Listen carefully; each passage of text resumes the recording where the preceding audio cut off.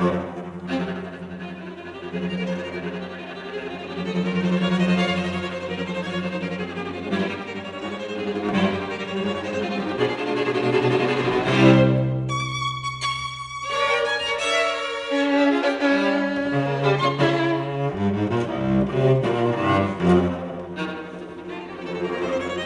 think with chamber music you get a composer's most intimate thoughts. So whether that's love, loss, their most joyful experiences. I think a lot of the time composers really sit down and they put that into their chamber music works.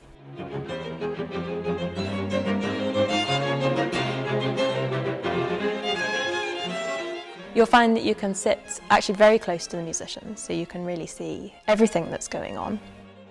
I've got a lineup of really world-class musicians who grace some of the world's best stages.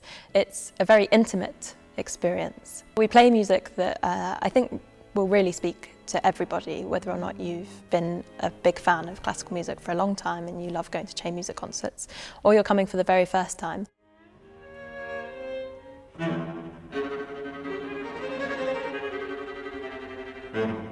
Most composers, when they write for chamber music, it's a much faster dialogue between the players. So it becomes actually, if you listen to a purely musical element, it's actually in some ways even more exciting.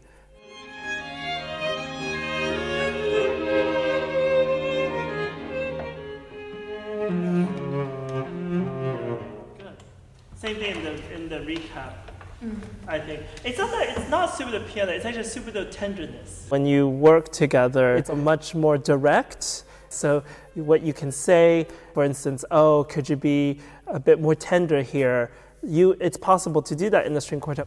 Can I just do 23 once more? I just want to do just a phrasing idea.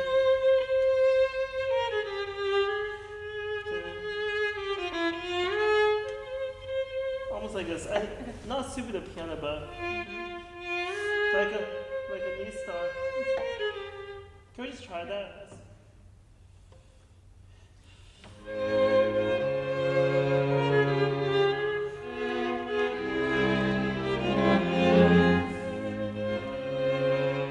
In the chamber music repertoire, you are able to cover just about every emotion and bit of scenery, or all aspects really of human life are in this incredible chamber music repertoire that we get to play.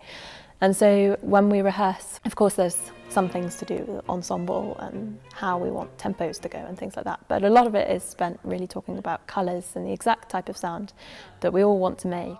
I like the color that you guys get. Yeah, it's good. When we come back 1, 1, 4, 3. Yeah. We return to it 1, 4, 2. Can that be like absolute point zero, kind of least motion? Music has many different roles, you know? Music can entertain us. Music can also ask us questions, challenge us. And music can also be a raw reaction to a specific emotion, like grief or joy or religious epiphany. So I think there's so many, and music can also bring people together.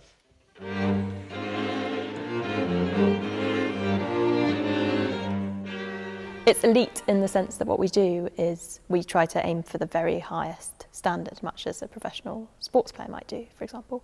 But it's not elite in that everybody can't get into this on some level, because the music that we play experiences all the emotions, whether it's, love, or in this case this year we're looking at friendship. These are all really very universal things.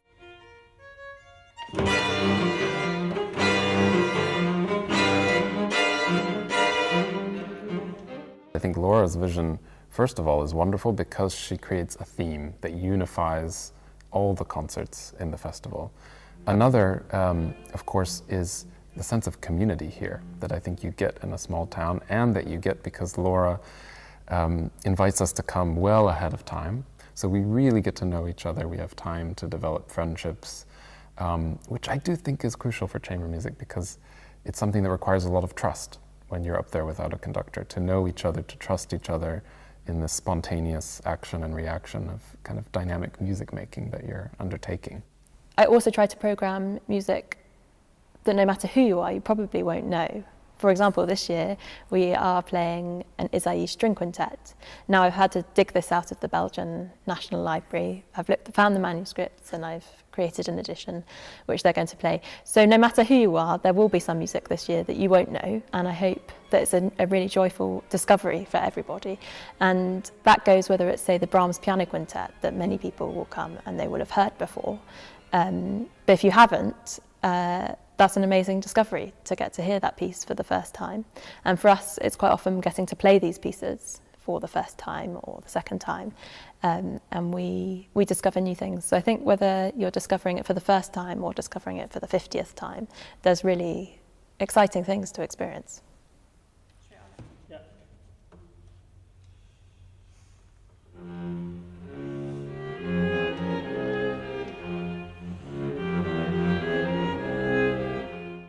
One of the things I really wanted when I founded the festival was that this would be something really for Romsey as a community. It's not just us as musicians that want to do this. I want it to be for everybody. So we have a year-long programme of things that go on. There are other concerts that happen in between the festivals. And we spend a lot of time going into schools. We play, this year so far, I think we've played to about 1,000 children in schools. We've also given some side-by-side coaching sessions. We've given sectionals for the Hampshire Youth Orchestra, worked with young musicians. In the past, we've also given lecture recitals for A-level students, all sorts of things that really mean that we're trying to foster a relationship with this town, that everybody can feel a part of this. And that's why we have various concerts that are free. For example, our opening concert will have some fairly mind-blowing performances from some of the musicians that are coming, and that is in Romsey Abbey, and it's completely free. So you can come and experience it for the first time. We also have a family concert, which is very relaxed, and it still has some of the brilliant performances that go on during the rest of the week.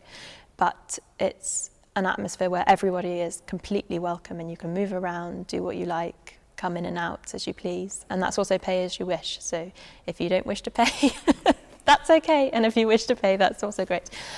We also have late night concerts. So I think there's something that's for everybody, whether or not you really like a traditional evening concert with an interval and that's something you enjoy, or whether you would rather come to something in the morning or a lunchtime event, a late night event with a kind of party atmosphere. There should be something that hopefully excites you, and I hope the whole programme excites you.